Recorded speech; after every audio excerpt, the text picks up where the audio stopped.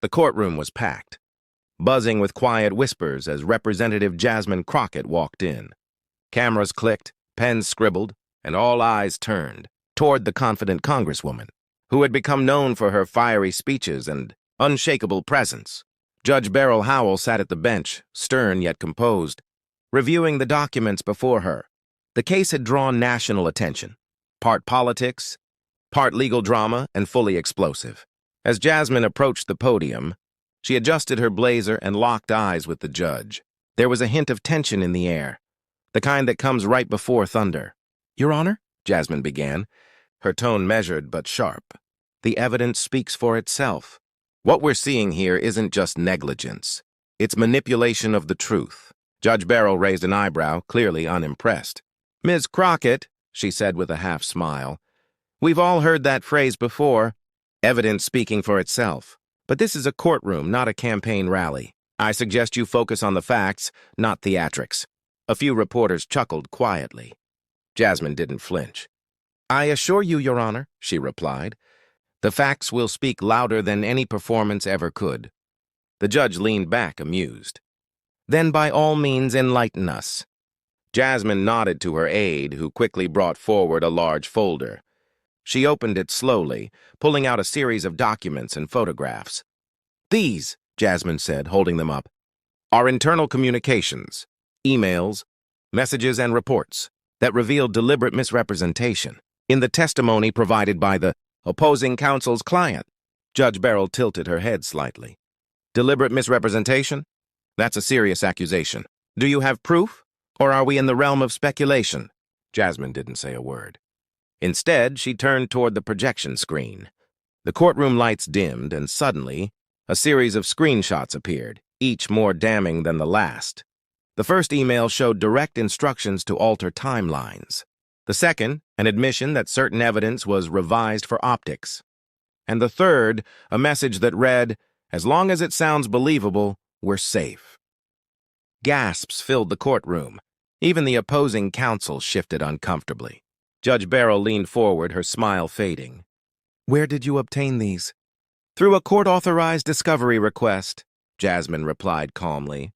"Everything here is legally obtained, verified, and time-stamped." For a moment there was silence, thick, heavy silence. The judge looked down, flipping through the printed pages Jasmine handed over.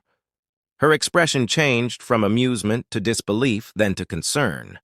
"Ms. Crockett," she said slowly, "are you telling this court that the witness testimony we heard last week was knowingly falsified?" "Yes, Your Honor, and I can prove that the witness was coached to maintain that false statement under oath." The judge sighed deeply, shaking her head. "Well," she murmured, "that changes things." Jasmine took a step back, letting the weight of her evidence settle in the room. The very people who had smirked at her earlier were now avoiding eye contact. Judge Beryl had laughed at her confidence when the session began, but now the courtroom could feel the power shift. The judge straightened her glasses and looked directly at the opposing counsel.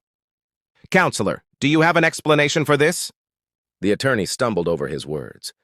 "Your Honor, these materials, they could be taken out of context. I need time to review their authenticity." Jasmine didn't wait. "Your Honor, I anticipated that response. So I've already had these documents authenticated by an independent digital forensic expert. Their certification is attached to Exhibit C." She handed another file to the bailiff, who delivered it to the bench. Judge Beryl examined it carefully. Every signature, every seal, every timestamp matched. There was no escaping it. Finally, the judge looked up and said, "Counselor, if these documents are genuine, and at this moment it appears they are, then your client has committed perjury and obstruction of justice." A collective gasp rippled through the courtroom. Jasmine's eyes didn't waver. Her calm was almost chilling. She had walked into that courtroom knowing exactly what she carried, and she'd just detonated, the truth right in the middle of it. Judge Beryl leaned back, silent for a moment. The faint smirk she had worn at the start was long gone. "Miss Crockett," she said, "I owe you an apology. It seems I underestimated you." Jasmine gave a polite nod. "No need for apologies, Your Honor. I just wanted the truth to have its day." Judge Beryl exhaled slowly. "Well, it certainly has. This court will recess for 1 hour while I review these materials. When we return, we'll discuss sanctions. The gavel struck, echoing like thunder across the room. As everyone rose, the reporters burst into quiet conversation. The same cameras that had zoomed in on Jasmine's tense face earlier now captured her composure, her strength, her quiet victory. Outside, as she stepped into the flashing lights of the media, a reporter shouted, "Congresswoman Crockett, did you expect this outcome?" She smiled faintly. "I didn't come for outcomes. I came for accountability." And with that, she walked past the cameras, leaving behind a courtroom still buzzing with disbelief. Inside, Judge Beryl sat alone, flipping once more through the documents Jasmine had presented. Each line revealed another layer of deceit, another reason to reconsider everything that had been said so far.